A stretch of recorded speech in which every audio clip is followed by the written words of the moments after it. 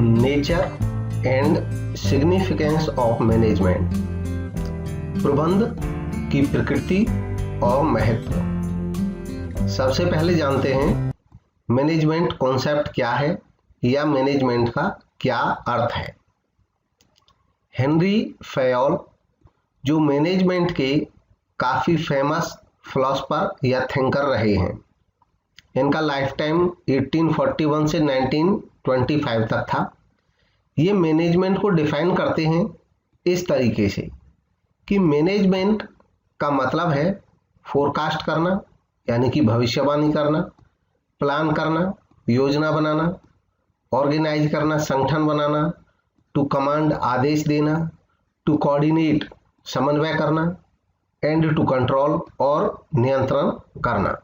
मतलब Henry Fayol ने management को डिफाइन किया है मैनेजमेंट के फंक्शन से जोड़ करके कि मैनेजमेंट ये सब कार्य करता है। मैनेजमेंट का मतलब है फोरकास्ट करना, प्लान करना, ऑर्गेनाइज करना, कमांड करना, कोऑर्डिनेट करना और कंट्रोल करना। मैनेजमेंट को इस तरीके से परिभाषित कर सकते हैं कि मैनेजमेंट एक ऐसा प्रोसेस है जिसमें काम को किया जाता है एफिशिएंसी और इफेक्टिवनेस के साथ, जिससे कि डिजायर्ड गोल्स को अचीव किया जा सके। मतलब मैनेजमेंट एक ऐसी प्रक्रिया है जिसमें अपने इच्छित उद्देश्यों को प्राप्त करने के लिए काम किया जाता है एफिशिएंसी और इफेक्टिवनेस के साथ। इस सेंटेंस में तीन मेजर टर्म आए, प्रोसेस, एफिशिएंसी और इफेक्टिवनेस। सबसे पहले जानते हैं प्रोसेस। प्रोसेस क्या होता है? प्रोसेस का मतलब होता है ए सेट ऑफ एक्टिविटीज, कई एक्टिविटीज का एक समूह। तो जब मैनेजमेंट को एक प्रोसेस बोलते हैं तो यहाँ पे मैनेजमेंट का मतलब होता है कि मैनेजमेंट एक सेट ऑफ फंक्शंस है। मतलब मैनेजमेंट में कई सारे फंक्शंस को किया जाता है। मैनेजमेंट में प्लानिंग, ऑर्गेनाइजिंग, स्टाफिंग, डायरेक्टिंग और कंट्रोलिंग फंक्शंस शामिल रहते हैं। इस वजह से मैनेजमेंट को एक प्रोसेस कहा जा सकता है। नेक्स्ट है एफिशिएंसी। मैनेजमेंट में काम को एफिशिएंसी और इफेक्टिवनेस के साथ करना होता है। एफिशिएंसी का मतलब होता है डूइंग द टास्क राइटली, यानी कि काम को ठीक तरीके से करना। ठीक तरीके से करने का मतलब है कम कॉस्ट, मिनिमम, न्यूनतम लागत पे करना, कॉस्ट कम आए, नो वेस्टेज और कोई वेस्टेज ना हो, अच्छे तरीके से काम को करना। इफेक्टिवनेस का मतलब होता है डूइंग द राइट थिंग्स, यानी कि सही काम को करना। मतलब आपको जो काम मिला है बिल्कुल उसी काम पे आप कंप्लीशन करना, उसी काम पे फोकस करना और उसी को कंप्लीट करना। अचीविंग गोल्स, गोल्स को अचीव करना विद इन टाइम लिमिट, जो आपको समय मिला है उतने समय में काम को पूरा करना, ये इफेक्टिवनेस कहलाता है। मैनेजमेंट में दोनों ही जरूरी हैं, एफिशिएंसी भी और इफेक्टिवनेस भी। Characteristics of management. मैनेजमेंट की क्या फीचर्स हैं, क्या कैरेक्टरिस्टिक्स हैं? सबसे पहला है गोल ओरिएंटेड प्रोसेस। मैनेजमेंट एक ऐसा प्रोसेस है जिसका एम होता है गोल्स को अचीव करना, उद्देश्यों को अचीव करना, प्राप्त करना। परवेसिव। मैनेजमेंट एक ऐसा प्रोसेस है, ऐसा काम है जो एवरीवेयर, हर जगह पाया जाता है और हर तरह की संस्था में इसकी जरूरत होती है। इसलिए मैनेजमेंट को कहा जाता है परवेसिव, यानी कि सर्वत्र व्यापक, हर जगह विराजमान। Multi dimensional. मैनेजमेंट बहुआयामी है। मल्टी डायमेंशनल का मतलब है कि मैनेजमेंट किसी एक चीज का नहीं किया जाता है, बल्कि मैनेजमेंट विभिन्न चीजों का किया जाता है। काम का मैनेजमेंट करना, वर्क का मैनेजमेंट करना, पीपल यानी कि लोगों को मैनेज करना और ऑपरेशंस यानी कि ऑपरेशंस को भी मैनेज करना। वर्क का मतलब होता है कि जिस एक वर्क के लिए किसी संस्था का निर्माण हुआ है, जैसे हॉस्पिटल का जो वर्क होता है वो होता है इलाज करना, स्कूल का वर्क होता है एजुकेशन देना, फैक्ट्री का वर्क होता है प्रोडक्शन करना, मारुति कंपनी का वर्क है मारुति कारों का प्रोडक्शन करना। तो ये तो वर्क हो गया, तो वर्क को मैनेज करना।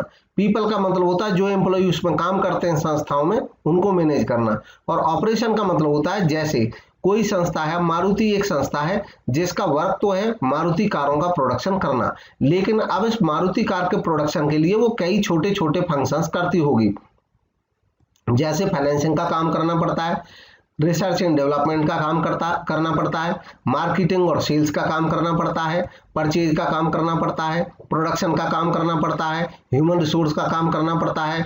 ये सब ऑपरेशंस हैं। नेक्स्ट है group activity. Group activity management कोई इंडिविजुअल एक्टिविटी नहीं है, ये आइसोलेशन में नहीं हो सकती है, ये एक टीम एफर्ट है, एक समूह के रूप में मैनेजमेंट किया जाता है। कंटिन्यूअस प्रोसेस, मैनेजमेंट एक कंटिन्यूअस चलने वाला प्रोसेस है, ये कभी समाप्त नहीं होता है। मैनेजमेंट के जितने भी फंक्शंस हैं वो कंटिन्यूअस बेसिस पे हमेशा साथ साथ चलते रहते हैं। डायनेमिक फंक्शन, मैनेजमेंट एक ऐसा फंक्शन है जो डायनामिक है, यानी कि उसमें परिवर्तन संभव है। जैसे जैसे एनवायरनमेंट में चेंजेज आते रहते हैं उसी के हिसाब से मैनेजमेंट में भी चेंज की नीड होती है। इंटेंजिबल फोर्स, मैनेजमेंट एक ऐसी फोर्स है, ऐसा बल है जिसको हम देख नहीं सकते हैं, बल्कि इसके प्रेजेंस को हम फील कर सकते हैं संस्था के मैनेजमेंट के अनुसार। अगर किसी संस्था की परफॉर्मेंस बहुत अच्छा है तो हम कहेंगे कि इसमें मैनेजमेंट है और अच्छा है। अगर किसी संस्था का परफॉर्मेंस डाउन है तो हम उस परफॉर्मेंस के हिसाब से अंदाजा लगा सकते हैं कि इसका मैनेजमेंट अच्छा नहीं है। नेक्स्ट है मैनेजमेंट ऑब्जेक्टिव, मैनेजमेंट के क्या उद्देश्य हैं। एक मैनेजमेंट के डिफरेंट टाइप के उद्देश्य हो सकते हैं। मुख्य उद्देश्यों को 3 हिस्सों में बांट दिया जाता है, एक संस्था के, एक मैनेजमेंट के, उसके ऑर्गेनाइजेशन के प्रति ऑब्जेक्टिव, सोसाइटी के प्रति ऑब्जेक्टिव और पर्सनल यानी कि जो व्यक्ति काम कर रहे हैं संस्था से जुड़े हुए हैं उनके प्रति ऑब्जेक्टिव। सबसे पहले देखते हैं ऑर्गेनाइजेशन के प्रति ऑब्जेक्टिव कौन कौन से हैं। ऑर्गेनाइजेशन के प्रति मैनेजमेंट के ऑब्जेक्टिव बनते हैं सर्वाइवल, यानी कि मैनेजमेंट जब कोई भी पॉलिसी बनाता है, अपना फंक्शन करता है, तो उसको अपने ध्यान में रखना चाहिए कि उनका एक ऑब्जेक्टिव है संस्था का सर्वाइवल, मतलब संस्था लंबे समय तक बनी रहे, संस्था का एग्जिस्टेंस अस्तित्व लंबे समय तक बना रहे। दूसरा होता है प्रॉफिटेबिलिटी, एक संस्था को लंबे समय तक बने रहे इसके लिए जरूरी है कि संस्था को पर्याप्त मात्रा में प्रॉफिट हो, एडिकेट प्रॉफिट होंगे तो ही संस्था सर्वाइव करेगी और ग्रो करेगी। थर्ड इसका ऑब्जेक्टिव होता है संस्था के प्रति ग्रोथ, एक कोई भी संस्था है वो हमेशा ग्रो करना चाहती है और ग्रो करने का मतलब होता है कि जो संस्था के पास अपॉर्चुनिटीज होती हैं उनको एक्सप्लॉइट करना, ज्यादा से ज्यादा अपॉर्चुनिटीज पे काम करना ताकि संस्था ग्रोथ करती रहे। नेक्स्ट होता है सोशल ऑब्जेक्टिव, यानी कि समाज के प्रति ऑब्जेक्टिव। समाज की दृष्टि से मैनेजमेंट के ऑब्जेक्टिव होते हैं क्वालिटी प्रोडक्ट बनाना और रीजनेबल रेट्स पे इनको प्रोवाइड कराना, एम्प्लॉयमेंट अपॉर्चुनिटी प्रोवाइड कराना, लोगों को रोजगार मिले, कम्युनिटी प्रोग्रेस कराना और डेवलपमेंट कराना कम्युनिटी का स्कूल्स और क्रैचेज खोल करके, यानी कि जो हमसे जुड़े हुए लोग हैं, हमारी सोसाइटी से जुड़े हुए लोग हैं या हमारी संस्था से प्रभावित जो लोग हैं उन सब के डेवलपमेंट के लिए हम विभिन्न तरीके अपनाते हैं। नेक्स्ट है environment friendly method of production, production का मेथड मैनेजमेंट को ऐसा अपनाना चाहिए जो एनवायरमेंट को कोई नुकसान ना पहुंचाए, ये सोशल ऑब्जेक्टिव्स का हिस्सा है। नेक्स्ट है पर्सनल ऑब्जेक्टिव, पर्सनल ऑब्जेक्टिव का मतलब होता है व्यक्तियों के प्रति, यानी कि जो व्यक्ति हमारी संस्था से जुड़े हैं उनके प्रति एक मैनेजमेंट के उद्देश्य है। Providing good salary and parks, employees को अच्छी सैलरी देना और पार्क्स, सैलरी के अलावा जो मॉनेटरी बेनिफिट्स होते हैं उनको पार्क्स कहते हैं। Fulfil the social and safety needs of the employees, employees की जो सामाजिक और सुरक्षा आवश्यकताएं हैं उनको फुलफिल करना। Implementation and monitoring of policies for personal growth, लोगों के ग्रोथ के लिए और उनके डेवलपमेंट के लिए पॉलिसीज बनाना, इम्प्लीमेंट करना और उनको मॉनिटर करना। रिकॉन्साइल करना पर्सनल गोल्स को ऑर्गेनाइजेशनल ऑब्जेक्टिव्स के साथ ताकि संस्था में हार्मोनी बनी रहे, समन्वय बना रहे। नेक्स्ट है इंपोर्टेंस ऑफ मैनेजमेंट, मैनेजमेंट का क्या महत्व है, इसका इंपोर्टेंस क्या है। Helps in achieving group goals, management का महत्व होता है कि जब मैनेजमेंट होता है किसी संस्था में, देखिए मैनेजमेंट एक ऐसा वर्ड है, अगर ये होता है तो हमेशा पॉजिटिव सेंस में ही यूज किया जाता है। बाय नेचर मैनेजमेंट का मतलब होता है बेटर तरीके से चीजों को करना। तो मैनेजमेंट का जब इंपॉर्टेंस पढ़ते हैं तो इसका पॉजिटिव एस्पेक्ट को ध्यान रखा जाता है। ये एज्यूम करते हैं कि इसका मतलब संस्था में मैनेजमेंट है। अगर संस्था में मैनेजमेंट है तो वो ग्रुप गोल्स को अचीव करने में मदद करता है। ग्रुप गोल्स को अचीव करने में कैसे मदद करता है मैनेजमेंट? तो वो मदद करता है by integrating the individual goals with organisational goals. जो लोगों के, व्यक्तियों के ऑब्जेक्टिव होते हैं उनको संस्था के ऑब्जेक्टिव्स के साथ इंटीग्रेट करके उनमें समरूपता ला करके, एक रूपता ला करके संस्था के जो गोल हैं उनको आसानी से अचीव कर सकते हैं। इंक्रीजेज एफिशिएंसी, एफिशिएंसी बढ़ा करके। एफिशिएंसी कैसे बढ़ेगी?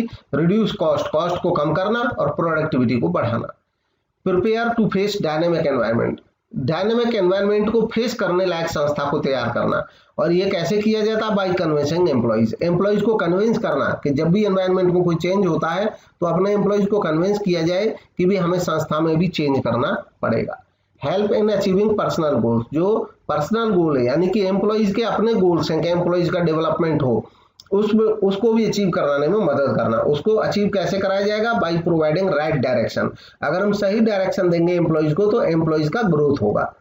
Helps in development of society, समाज के डेवलपमेंट में भी सहायता करना। समाज का डेवलपमेंट कैसे संभव होता है मैनेजमेंट के द्वारा? By providing good quality product provide कराना, एम्प्लॉयमेंट देना लोगों को, गुड एनवायरनमेंट प्रोवाइड कराना और देश के जीडीपी में भी कंट्रीब्यूट करना। जब संस्था ज्यादा प्रोडक्शन करेगी तो देश के जीडीपी में भी उसका कंट्रीब्यूशन होगा। नेक्स्ट है नेचर ऑफ मैनेजमेंट। मैनेजमेंट का नेचर क्या है? तो मैनेजमेंट का जब नेचर की बात की जाती है तो उसमें यह देखा जाता है क्या मैनेजमेंट आर्ट है या साइंस है या प्रोफेशन है। एक एक करके चेक करेंगे। सबसे पहले देखेंगे क्या मैनेजमेंट आर्ट है। जब मैनेजमेंट को एज ए आर्ट देखा जाता है तो आर्ट का मीनिंग जानना बहुत जरूरी है। आर्ट का मतलब होता है स्किलफुल और personal application of existing knowledge, यानी कि हमारे को जो पहले से नॉलेज है उसका हम स्किलफुल तरीके से एप्लीकेशन करें, यूज करें। और पर्सनल एप्लीकेशन यानी कि पर्सन टू पर्सन इसका एप्लीकेशन अलग अलग होता है टू अचीव डिजायर्ड रिजल्ट्स, कि हम अपने इच्छित उद्देश्यों को प्राप्त कर सकें। It can be acquired through study, observation and experience. Art को हम स्टडी से, ऑब्जर्वेशन देख करके और एक्सपीरियंस अनुभव करके प्राप्त कर सकते हैं।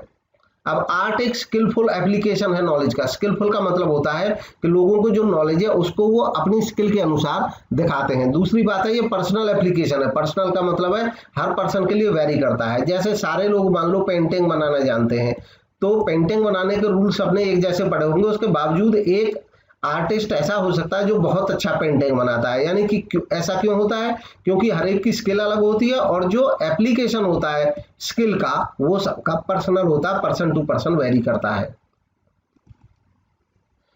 अब देखेंगे फीचर्स ऑफ आर्ट। आर्ट की कुछ खास फीचर्स होती हैं। सबसे पहला existence of theoretical knowledge. Theoretical ज्ञान का होना बहुत जरूरी है आर्ट के लिए, यानी कि पहले से कोई थ्योरेटिकल ज्ञान अवेलेबल होता है। मैनेजमेंट के लिए भी थ्योरेटिकल नॉलेज अवेलेबल होती है। हम मैनेजमेंट के प्रिंसिपल्स पढ़ते हैं, उसका मैनेजमेंट के जो थिंकर्स हैं उनके व्यूज को पढ़ते हैं। इसका मतलब थ्योरेटिकल नॉलेज मैनेजमेंट की अवेलेबल है। पर्सनलाइज्ड एप्लीकेशन, जो नॉलेज का यूज है वो पर्सन टू पर्सन वेरी करता है। कोई व्यक्ति सेम नॉलेज के साथ अच्छा परफॉर्म करता है, दूसरा व्यक्ति वही नॉलेज के बाद अच्छा परफॉर्म नहीं कर पाता है, क्योंकि एप्लीकेशन सबका पर्सनलाइज्ड होता है, व्यक्तिगत होता है। मैनेजमेंट में भी ये खूबी पाई जाती है। Based on practice and creativity, management ये आर्ट की खूबी होती है कि प्रैक्टिस और क्रिएटिविटी पे बेस्ड होता है। जिन लोगों की क्रिएटिविटी अच्छी होती है वो अच्छे आर्टिस्ट होते हैं। प्रैक्टिस जो ज्यादा करते हैं उनकी आर्ट ज्यादा अच्छी हो जाती है। मैनेजमेंट में भी ये खूबी मौजूद होती है। नेक्स्ट है इम्प्रूव विद एक्सपीरियंस। अनुभव के साथ इसमें इंप्रूवमेंट होता है, सुधार आता है। तो मैनेजमेंट में भी यही खूबी है, जैसे जैसे अनुभवी होता जाता है मैनेजमेंट उतना ज्यादा एक्सपर्ट हो जाता है। All about features of art. अब आर्ट की ये जितने भी फीचर्स हैं ये मैनेजमेंट में सभी की सभी हैं और इस वजह से मैनेजमेंट को पूरी तरह से आर्ट कहा जा सकता है। इसी तरीके से क्या मैनेजमेंट, तो जब मैनेजमेंट को एज ए साइंस चेक करेंगे तो इसमें देखेंगे साइंस क्या होता है। साइंस का मतलब है science is a systematised body of knowledge. Knowledge का एक सिस्टमेटाइज्ड बॉडी है जो एक्सप्लेन करता है सर्टेन जनरल ट्रूथ्स और ऑपरेशन ऑफ जनरल लॉज, यानी कि जो सामान्य लॉ है, सामान्य नियम है, सामान्य सत्य है, तथ्य है, उनके बारे में ये बात करता है, एक्सप्लेन करता है साइंस, यानी कि जो है ये उसकी बात करता है। Features of science. साइंस की फीचर्स हैं सिस्टमैटिक बॉडी ऑफ नॉलेज, यानी कि नॉलेज का एक सिस्टमैटिक बॉडी है, सिस्टम होता है, इसके अपने प्रिंसिपल्स होते हैं सेट।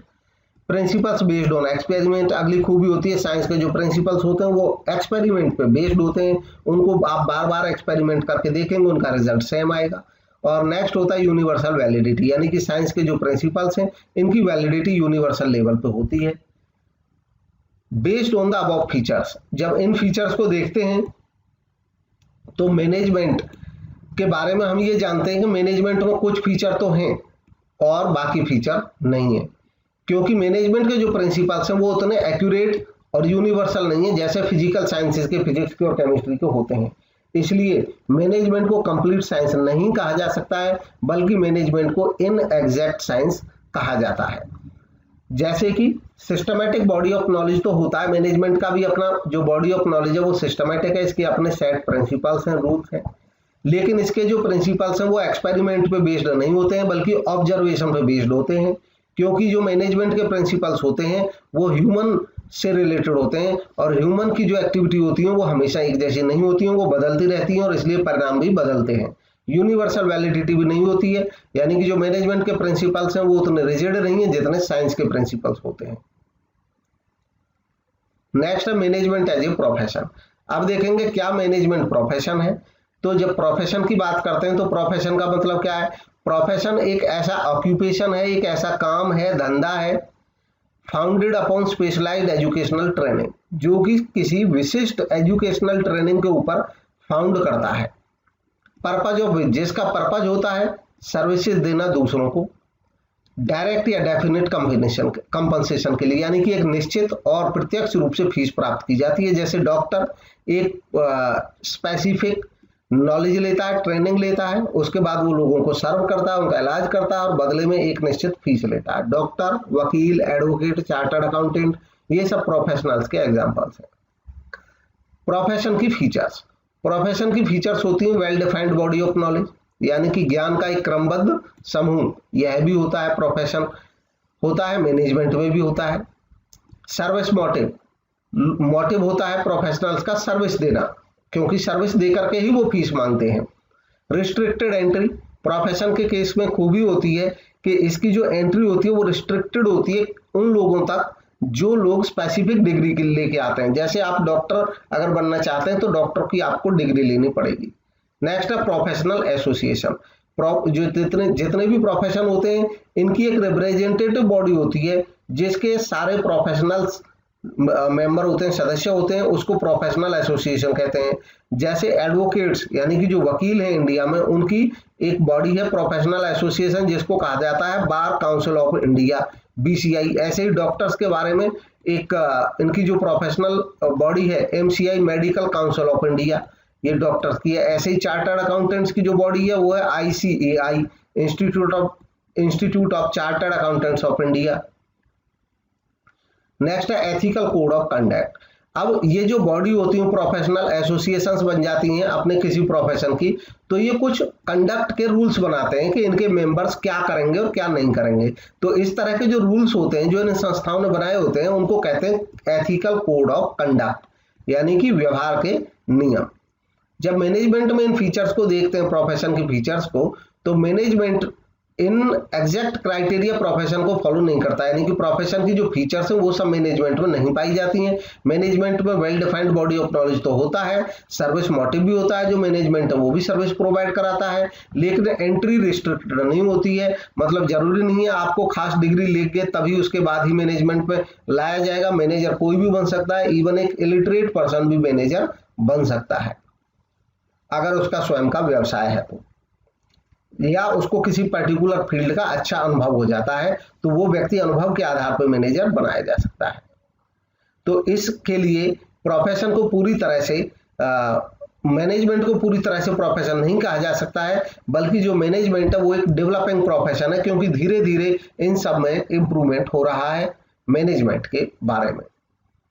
नेक्स्ट है लेवल्स ऑफ मैनेजमेंट, मैनेजमेंट के लेवल का मतलब है, दरअसल मैनेजमेंट के बारे में अभी हमने कुछ देर पहले स्टार्टिंग में पढ़ा था यहाँ पे कि मैनेजमेंट एक प्रोसेस है। जब हम कहते हैं मैनेजमेंट एक प्रोसेस है तो उस समय मैनेजमेंट का मतलब एक ऐसे सेट ऑफ फंक्शन से होता है जिसमें बहुत सारे फंक्शन किए जाते हैं, तो इसलिए हम कहते हैं मैनेजमेंट प्रोसेस है, प्रक्रिया है, क्योंकि कई क्रियाओं का समूह है तो प्रक्रिया है।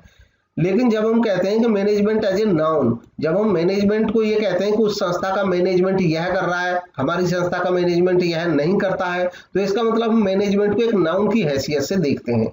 इस नाउन की हैसियत से जब देखते हैं तो मैनेजमेंट का मतलब उस ग्रुप से होता है, उस समूह से होता है जिसमें बहुत सारे लोग मौजूद होते हैं और वो संस्था को मैनेज करते हैं। मैनेजर कौन होता है? मैनेजर इज हु मैनेजेज, जो मैनेज करता है वो मैनेजर होता है। तो एक संस्था के मैनेजमेंट में बहुत सारे मैनेजर्स होते हैं। अब उन मैनेजर्स के लेवल अलग अलग होते हैं। उनके लेवल्स को मुख्य तौर पर 3 हिस्सों में बांटा जा सकता है। लेवल्स ऑफ मैनेजमेंट पर top level management, top level management के डेजिग्नेशन और फंक्शन कौन कौन से हैं? टॉप लेवल में वो मैनेजमेंट आते हैं जिसमें CEO, chief executive officer, board of directors, MD, managing director, GM, VP, vice president, general manager, यानी कि संस्था के जो टॉप ऑफिशियल्स होते हैं वो टॉप लेवल मैनेजमेंट में आते हैं। इनका काम होता है ऑर्गेनाइजेशनल गोल सेट करना, पॉलिसी बनाना संस्था की, और स्ट्रेटेजी का निर्माण करना, ऑर्गेनाइजिंग करना, कंट्रोलिंग करना और मॉनिटरिंग करना संस्था की एक्टिविटीज को और संस्था के रिसोर्सेज को, कंट्रोल करना वर्क परफॉर्मेंस को, और बजट्स को अप्रूव करना। ये काम होता है टॉप लेवल मैनेजमेंट का। अब देखते हैं middle level management. Middle level management के डेजिग्नेशन और उनके फंक्शंस। मिडिल लेवल मैनेजमेंट के डेजिग्नेशन में आते हैं वो पद जैसे कि डिपार्टमेंटल, सब डिपार्टमेंटल हेड, यानी कि डिवीजन ए का हेड, या मार्केटिंग का मैनेजर, या मार्केटिंग का डिप्टी मैनेजर। तो हेड, सब हेड, अलग अलग डिपार्टमेंट्स के, ये सब मिडिल लेवल मैनेजमेंट में आते हैं। इनका काम होता है प्लान्स को, पॉलिसीज को जो कि टॉप लेवल मैनेजमेंट ने बनाई हैं उनको एग्जीक्यूट कराना, मतलब उनका काम कराना, उन पर पालन कराना। इसके अलावा इनका काम होता है प्रिपेयर करना ऑर्गेनाइजेशनल सेटअप और अपॉइंटिंग एम्प्लॉइज। एम्प्लॉइज को अपॉइंट करने का काम भी मिडिल मैनेजमेंट का होता है। Issuing instruction and motivating employees, instructions issue करना समय समय पे और एम्प्लॉइज को मोटिवेट करना। Ensuring inter departmental cooperation, inter departmental यानी कि एक संस्था में बहुत सारे डिपार्टमेंट होते हैं, तो जिम्मेदारी होती है मिडिल मैनेजमेंट की कि सारे डिपार्टमेंट्स में आपस में एक कोऑपरेशन बना रहे। नेक्स्ट है लोअर लेवल या सुपरवाइजरी लेवल या ऑपरेशनल लेवल या फर्स्ट लाइन मैनेजमेंट भी इसको कहा जाता है। इसके डेजिग्नेशन और फंक्शंस, इसमें डेजिग्नेशन आते हैं सुपरवाइजर किसी संस्था के, फोरमैन, उसके इंस्पेक्टर्स, और इनका काम होता है सजेशन और फीडबैक फॉरवर्ड करना टॉप लेवल को। सजेशन भी देता है टॉप लेवल को और फीडबैक्स भी प्रोवाइड कराता है। Maintain moral, safety and discipline among the workforce, साथ ही साथ इसका काम होता है लोअर लेवल मैनेजमेंट का। Lower level management direct deal करता है वर्कफोर्स के साथ, तो जो वर्कर्स होते हैं, वर्कफोर्स जो होता है, उनमें डिसिप्लिन बनाए रखना, उनके मोरल को बनाए रखना, मनोबल को बनाए रखना और उनको सेफ्टी इंश्योर कराना। नेक्स्ट है oversee the work of the workers to maintain quality, quality maintain करने के लिए लोगों के काम को देखना, इस भी इसका काम होता है।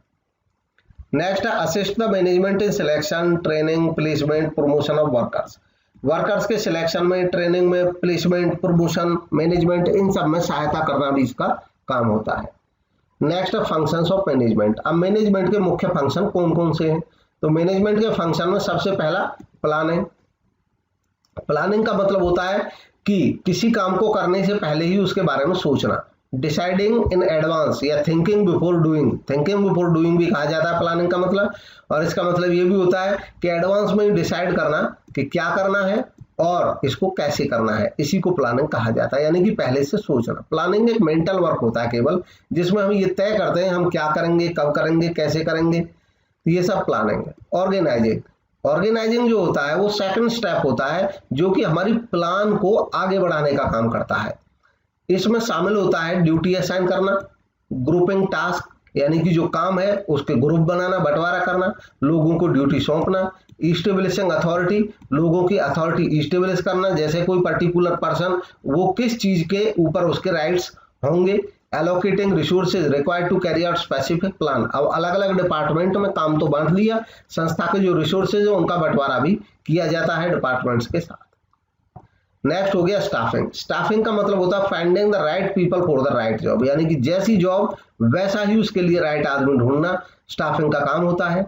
यह शुरू हो जाता है विद द वर्कफोर्स प्लानिंग, जब हम वर्कफोर्स का प्लान करते हैं, और इसमें शामिल होता है डिफरेंट अदर फंक्शंस भी, जैसे recruitment, selection, training, development, promotion, compensation, performance appraisal of workforce, ये सब स्टाफिंग का ही काम होता है। नेक्स्ट है डायरेक्टिंग। डायरेक्टिंग का मतलब होता है ऐसी प्रोसेस जिसमें इंस्ट्रक्ट करना होता है, गाइड करना होता है, काउंसल करना होता है, मोटिवेट करना होता है और लीड करना होता है लोगों को, ताकि वो संस्था के ऑब्जेक्टिव्स को अचीव करने में काम करें। नेक्स्ट है कंट्रोलिंग।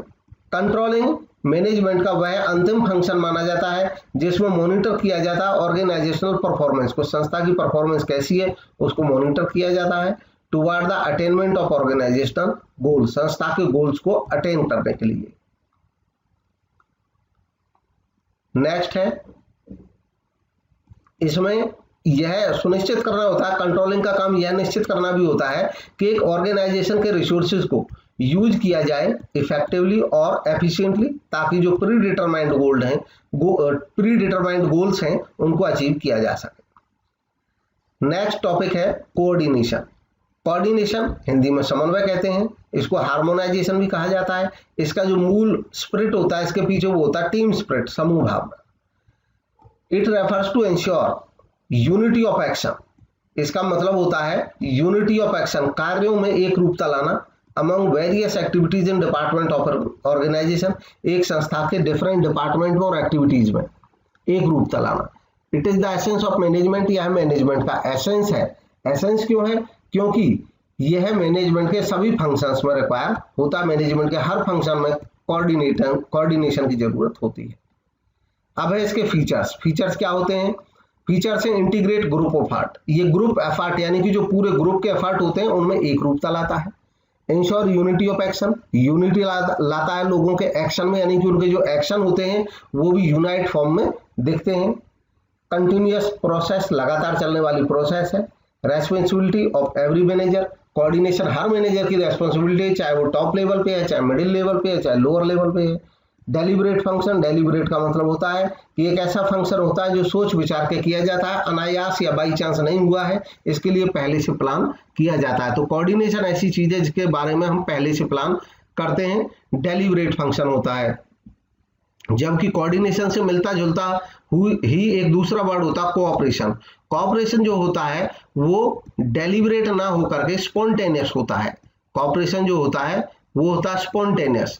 स्पॉन्टेनियस का मतलब होता है कि अकस्मात होता है। देखिए कोऑर्डिनेशन होता है जिसके लिए पहले से अरेंजमेंट किया जाता है कि भी वो उसको काम करेगा उसके साथ, तो ये कोऑर्डिनेशन होगा। लेकिन कोऑपरेशन जो होता है ये होता है कि हमने पहले से कुछ प्लान नहीं हुआ, अचानक प्लान बन जाता है। नेक्स्ट है परवेसिव फंक्शन। ऐसा फंक्शन है कोऑर्डिनेशन जिसकी जरूरत हर जगह होती है, चाहे वो बिजनेस ऑर्गेनाइजेशन है और चाहे वो नॉन बिजनेस ऑर्गेनाइजेशन है। नेक्स्ट है इंपोर्टेंस ऑफ कोऑर्डिनेशन। अब कोऑर्डिनेशन का महत्व क्या है? तो कोऑर्डिनेशन का महत्व ये यूनिटी ऑफ एक्शन लाता है, यानी कि लोगों के कामों में एक रूपता लाता है। ये इरेज करता है इंटर डिपार्टमेंटल कॉन्फ्लिक्ट, एक से दूसरे डिपार्टमेंट के जो कॉन्फ्लिक्ट है उनको दूर करने का काम करता है, क्योंकि जब कोऑर्डिनेशन सेट हो जाता है तो किसी से कोई शिकायत रहती नहीं है, सब मिलजुल करके एक टीम की तरह काम करते हैं।